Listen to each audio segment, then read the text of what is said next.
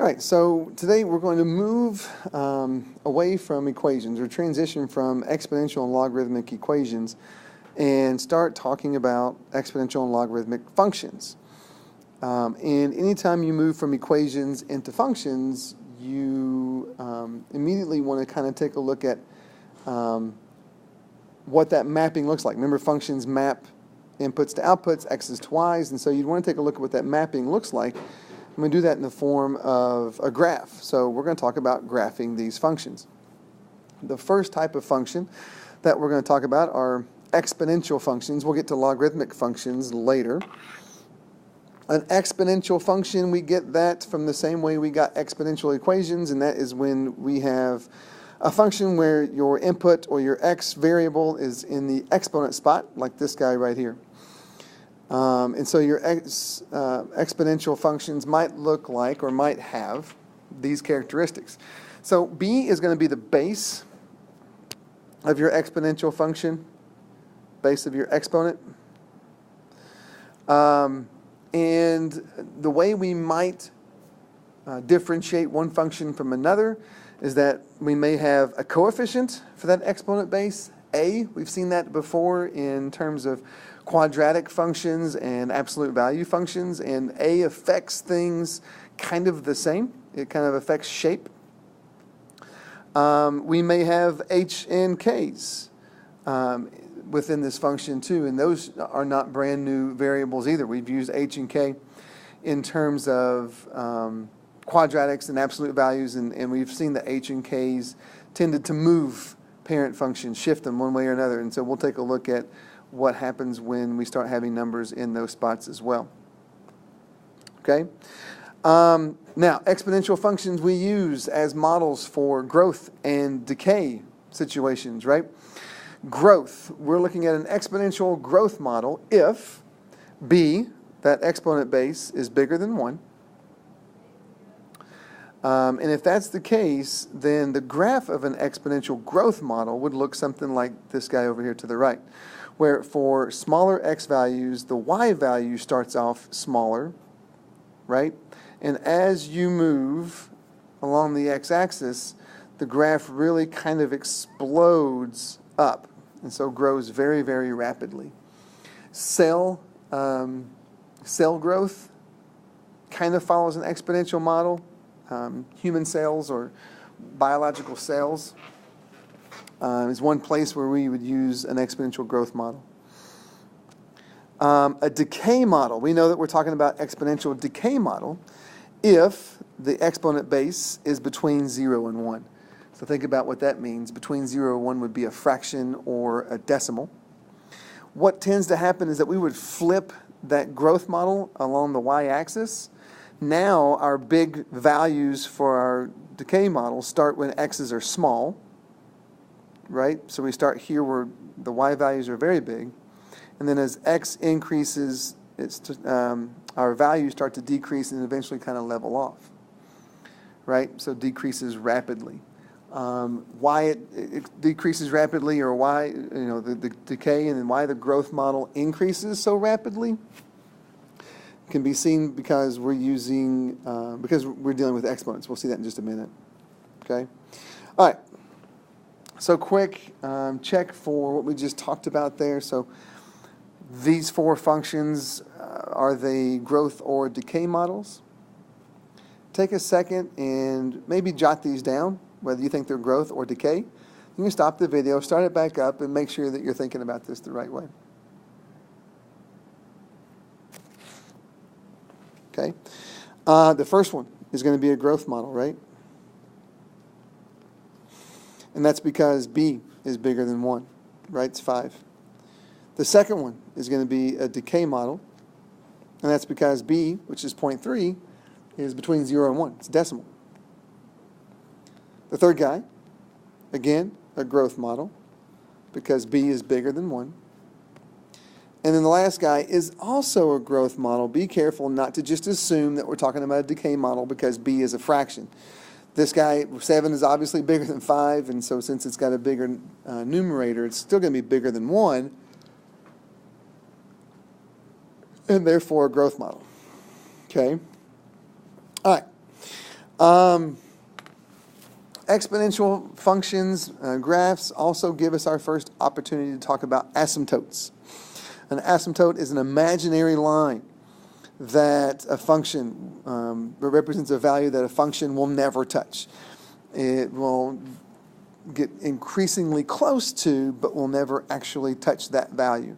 Kind of like an imaginary wall or an electric fence for that particular function, right? So, for example, here, this guy right here, which is a horizontal line, this imaginary asymptote is a horizontal line, and therefore needs an equation. That equation would look like y equals wherever it hits on the y-axis, and this looks like it hits about 1.9. So this graph, if we plug in this value, this x value, which is -9, in for whatever this function is, then the y value is probably something like 1.95, which is really close, but not actually 1.9. And then if we plug in -10, we might get something like 1.925, which again is closer to 1.9, but is not actually 1.9. And we'll see that even if we keep going to the left, -11, -12, whatever, we could even get to a place where we're at 1.9000005, but not actually 1.9. This will make more sense when we start plotting out some of these other functions, right? But an asymptote is an imaginary line that this graph approaches but will never actually touch and definitely won't cross it. Okay? All right. So let's get right to graphing these guys. And we'll do this the same way you did day one of graphing a line back in middle school, right? You didn't know how to use a slope or a y-intercept, those shortcuts. So what you did is you just created an xy table, chose some x's, plugged those in, got points, created those, applied those points, and drew your graph. Same thing here. I don't have any idea what this y equals 2 to the x function is going to look like, so we'll just choose some values. And we've chosen here -2, -1, 0, 1, 2, 3, and 4. No particular reason. Just it's good to have a couple of negative values, a couple of positive values. It's always fun to plug in 0 because it's super easy. And so that's why those numbers are there. Okay. Now, if you notice, we've got an extra column here, and I think it's helpful, at least for a little while, to actually write down what the function would look like when you plug in these x values. So, for example, if I'm going to plug in -2 for x, we're going to get 2 to the -2nd. If we plug in -1, we get 2 to the -1st. Plug in 0, we get 2 to the 0. Plug in 1, plug in 2, plug in 3, and then 4, and it would look like this.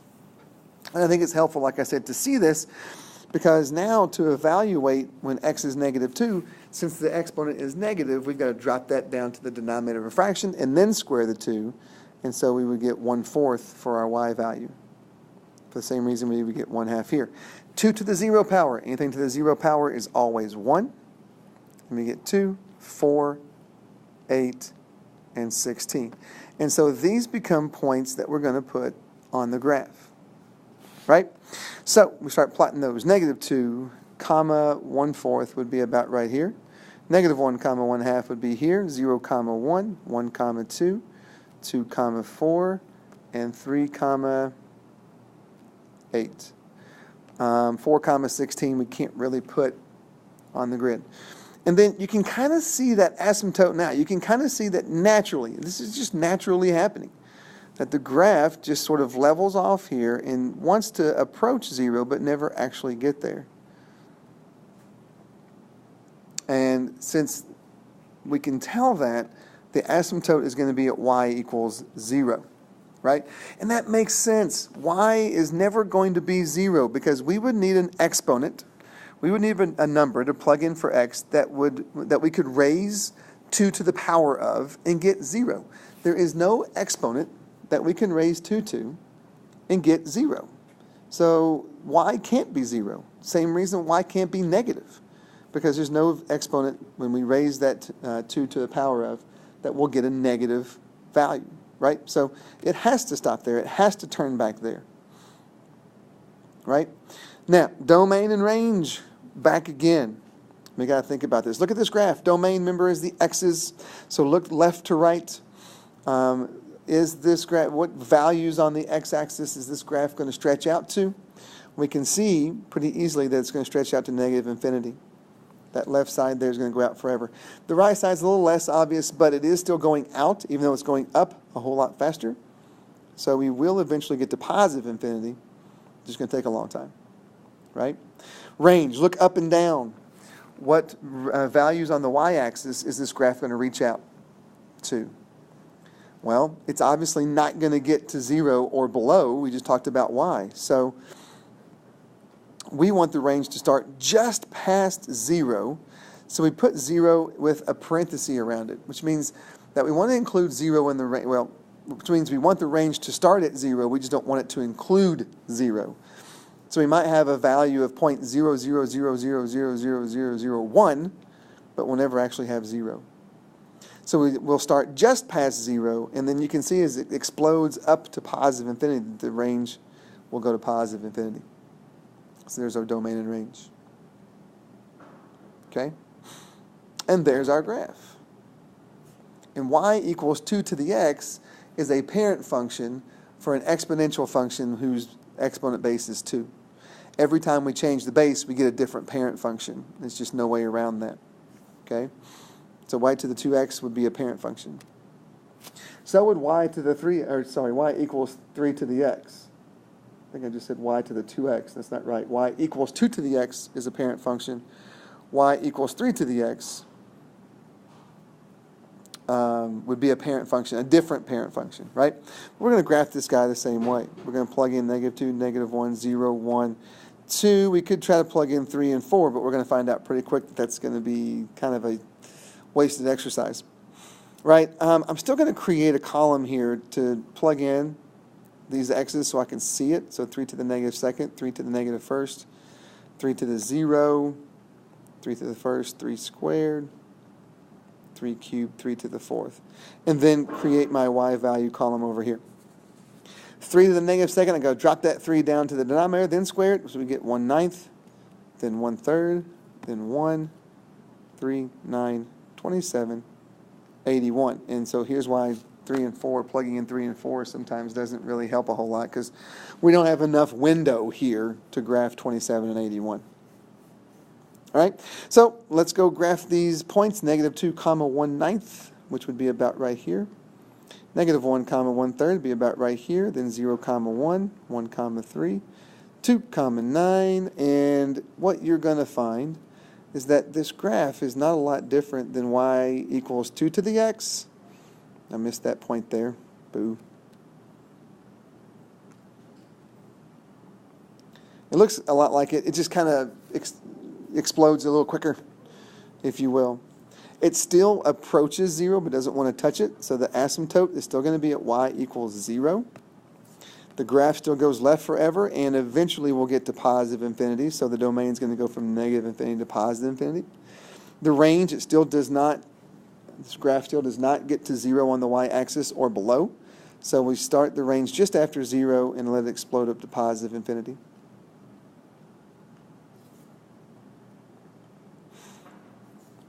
Right? And there's y equals 3 to the x. Its own parent function. The function changed a little bit, and so we want to create its own family and call y equals 3 to the x the parent function. Right? Now let's take a look when the base is a fraction. So the previous two functions were growth functions. This is an example of a decay function.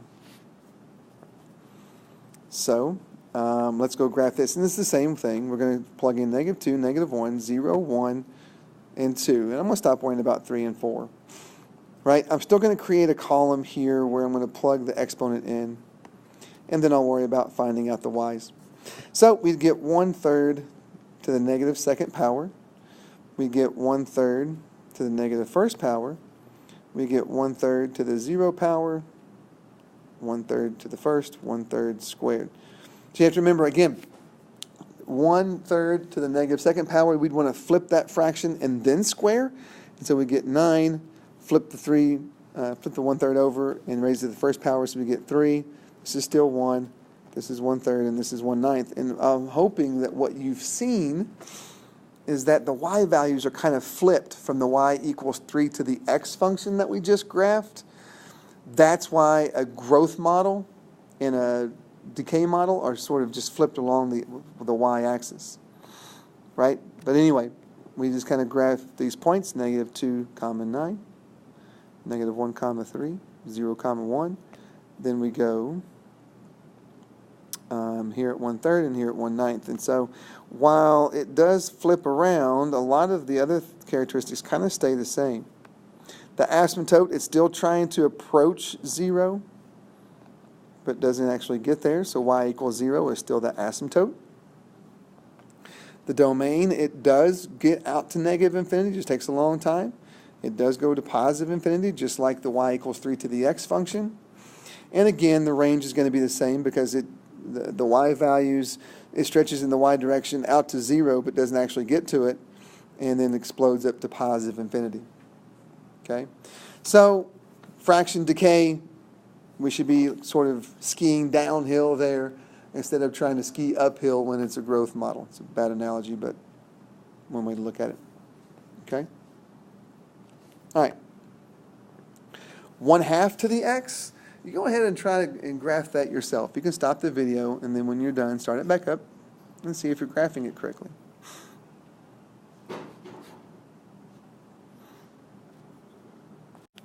All right. Did you get this?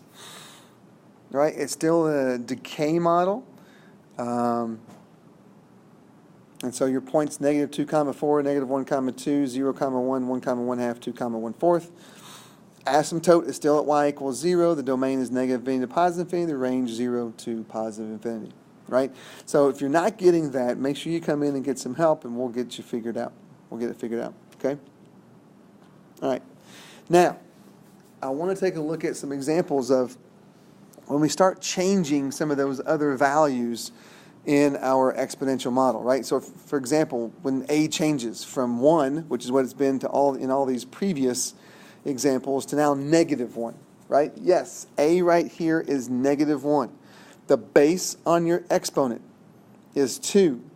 You could, if you wanted to, rewrite this as -1 times 2 to the x, right?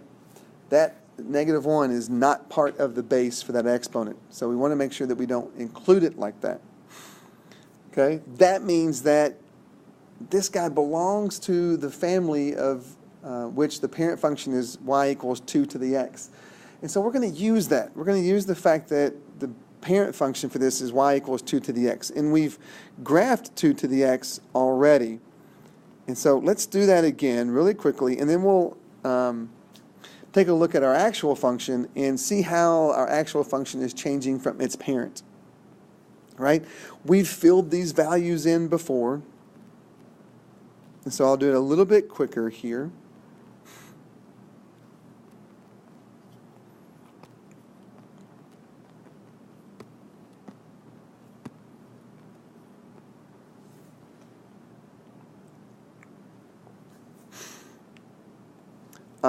And so we can graph that parent function. So here, here, here, boom, and boom. And this is the parent function. So I'm going to dot this in. That's not our actual function, though. Our actual function is y equals 2 to the x, but then there's a -1. So every time we would evaluate one of these exponents, 2 to the -2nd, we would get 1/4, but then we'd have to multiply by -1. So in other words, if a is different than 1, we've got to take these y values and multiply by -1. So we really ought to get -1/4, -1/2, -1, -2, and -4. And these are the points that would actually be on our function. So it would be here, here, boom, boom, and then here. And so you'd start to see that the shape or direction, if you want to think about it, direction, right, changes because a changed. A is negative, and so now this thing is going to point down instead of pointing up, which kind of follows along what a did with quadratics and absolute value, right?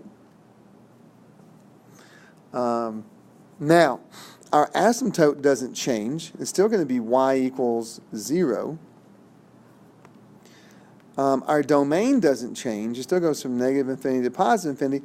But look what happened to our range, right? The graph now will extend out to negative infinity because it's pointing down, and it'll get really close to 0, but not actually touch it or go above it. So because in interval notation, we always write the smallest number first. Negative infinity is smaller than 0, believe it or not. So we want to go negative infinity to 0 and put a parenthesis around the 0. That parenthesis, I don't think I mentioned before, means that we don't want to include 0. We want to go just in before it. Okay? So that's what happens if A is negative. What you could only imagine is if A is any whole number other than 1, it would really bend the graph up more, explode it up more. If it was a fraction, you could always play around with this. It would sort of level it out a little bit more. Okay? That's what A does. Now, we can take a look at when we add a k into one of our parent functions. Y equals 3 to the x is a parent function. Every time we change the base, we get to a new parent function. So y equals 3 to the x. Let's go graph this and see if we can't start to develop a few rules of thumb that we can use to make our graphing life a little bit easier. We've already done this table as well. 3 to the negative second, 3 to the negative first, 3 to the 0, 3 to the first, 3 squared. We know we're going to get 1/9, 1/3, 1, 3, and 9. Right? So we can always go plot that. This, again, is our parent function. So we're here, here, boom. Oops. Go 1, 3, and 2, 9.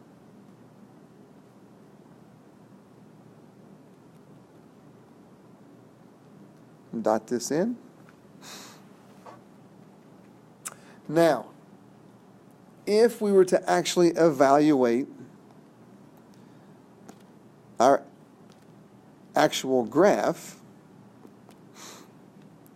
we would raise the 3 to the power and then add 1 to it. So we would take 1/9 plus 1 and get 1 1/9. 1/3 plus 1 and get 1 1/3. 1 plus 1 and get 2. 3 plus 1 and get 4. 9 plus 1 and get 10. Those are the actual points on our graph. -2, 1 and 1/9, which would put us about right here. -1, 1 and 1/3, which would put us about right here. 0, 2, 1, 4, 2, 10. And look at what happened to our graph. Every point on the parent function, if you look, the parent function is the red guy, so every red point, all we had to do was shift it up 1 to get to the purple point. So apparently this k just took our parent function and shifted up the parent function 1 spot, which is actually what k has always done to any function. It is a vertical shift up and down. K for kangaroo. Kangaroo jumps up and down. So k is going to shift our parent function up or down. And since k was +1, it shifted up 1. So it's going to move the way that you think it's going to move. Okay? We could actually use that. We don't have to create this column every time anymore. We can just get the parent function in, which we've already done a couple of times now, and then shift all the points up 1. That's what we're going to do. Use the parent function points and shift them. Now, if you look, that natural imaginary line that the purple graph does not ever get to is now not y equals 0, but is now y equals 1, which makes sense. Since our graph shifted up 1, our asymptote should shift up 1 as well. The domain's not going to change. It's still going to be negative infinity to positive infinity. But the range certainly changes, because if everything shifts up 1, then the beginning of our range should shift up 1 as well. We get 1, positive infinity. Okay? Good. If this were 3 to the x minus 1, then we want to shift everything down 1. And we'll see that as we go through. Okay? All right. Now, we're going to use the shift to graph here. Right? So, I still want to create my column with my 2 to the x and the y values here. I'm still going to do the parent function. Parent function's the exponent base to the x power. Right?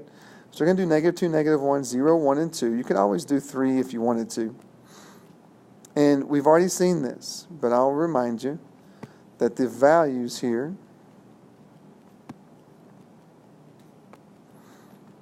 are 1 over 4, 1 half, 1, 2, 4, 8.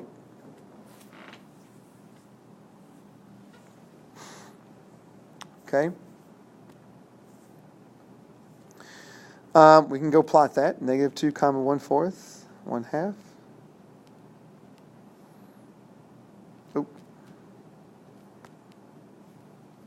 And then 1 comma 8.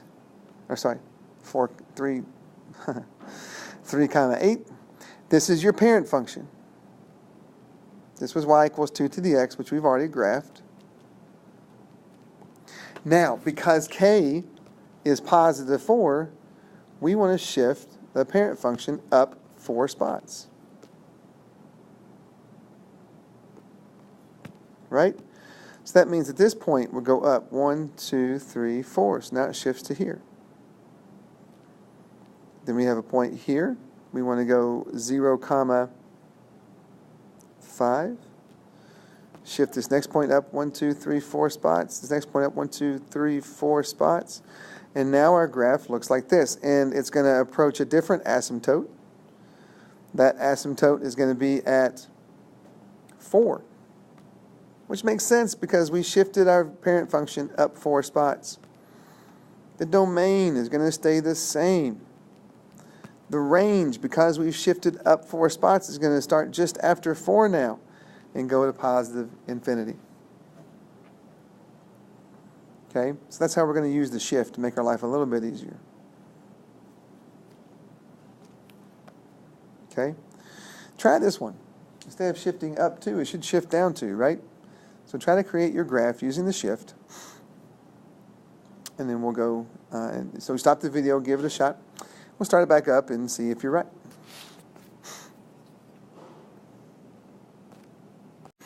Did you come up with this? Just take that parent function, which we've already graphed, come up with values for. Shift all those points down 2 spots. That's going to shift your asymptote down 2, so it's y equals negative 2. Domain's still going to be negative infinity to positive infinity.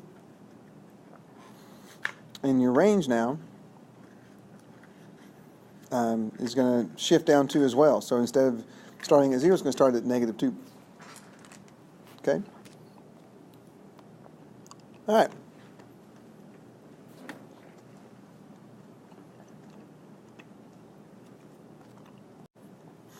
All right, now let's take a look at one where the h, which is always up here next to the x exponent, changes and how it affects our parent function. There's a parent function here as well. It's 1/3 to the x power. So we want to approach this the same way. Plug in some x's. Find your y. We've done this already too. We've already plotted out this parent function. So I'll do this a little bit on the quicker side.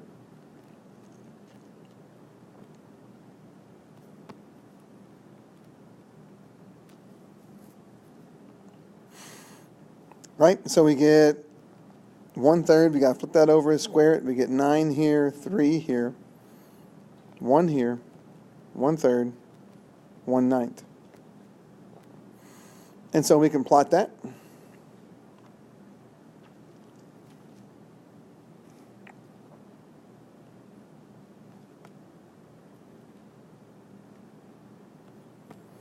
And again, this is the parent function, so we can dot this in. Don't be too surprised that it's going the other way. This is a decay model.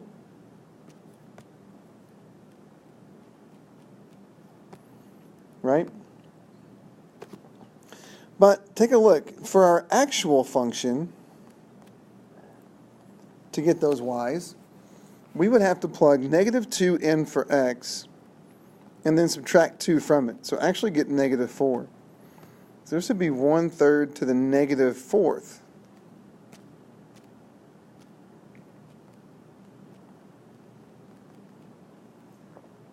Which actually be 81. This would be 1/3 to the -3rd, which would actually be 27. This would be 1/3 to the -2nd, which would actually be 9. This would be 1/3 to the -1st, which would actually be 3. And this would be 1/3 to the 0 power, which is 1. And then I'm going to put this 3 in, because I think we're going to want to see one more point. If we plug 3 in for x, we're going to get 1/3 to the 1st power.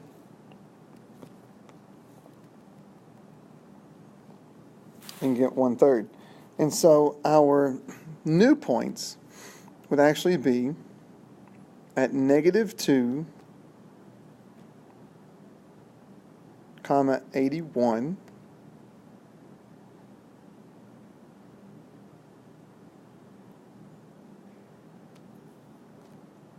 can't really plot that.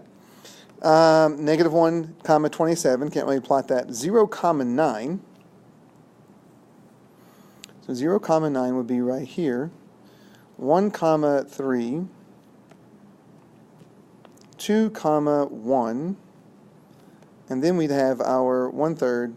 And then if we were to plot 4, we'd get our 1/9. Take a look at what happened to our points from our parent function now. From this guy, we shifted to the right too. As a matter of fact, all of them did.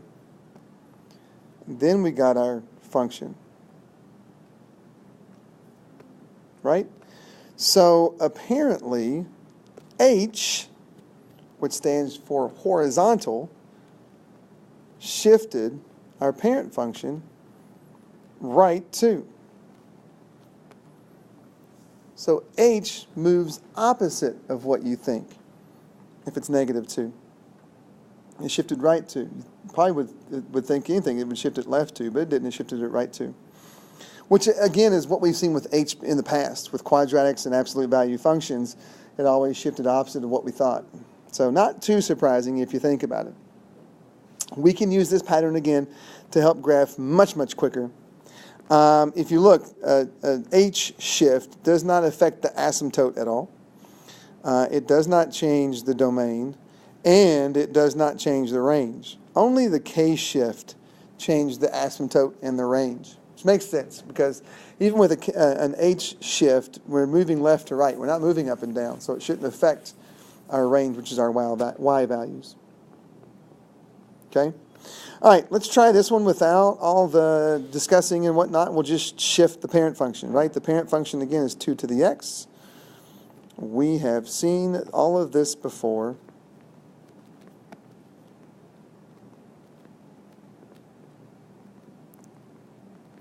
So I'll get it in here quickly.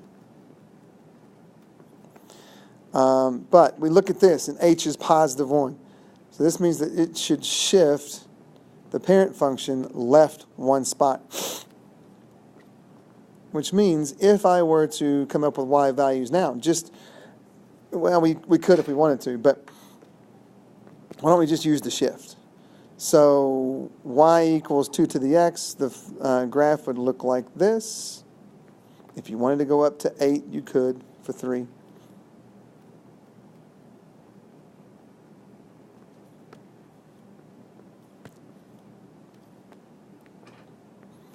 And now just shift all the points left 1 spot. Right? Now just shift all the points left 1 spot.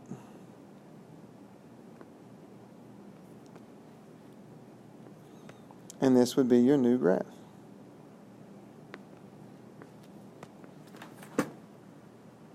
Okay? The asymptote still at y equals 0. The domain is still going to be negative infinity to positive infinity. The range, we're still approaching 0, but not ever getting there. So everything else kind of stays the same. We just moved all the points over one spot. Okay? So we're using shifts. We're shifting all the points. Okay? Hopefully that makes sense. We've got a few more examples I'll show you. You can stop the video and graph, and then I'll show you what happens. And if it doesn't make any sense by the time you're done, make sure you come in here and get some help. We'll go over it together. Actually, I'm wrong. I thought we had a few more, but we're actually done. So take a look at your homework out in Canvas. Remember that K is going to give you that vertical shift up and down, that kangaroo shift, and it's going to shift the way that you think it should. Positive would go up, negative would go down. H is going to give you that horizontal shift, which makes sense because H stands for horizontal. It's going to shift left and right. A changes shape a little bit, direction and shape possibly. But you'll see that as you graph, as you come up with the Y values when you plug in your X's anyway. All right? Give that a shot. If you have any questions, come in and see me.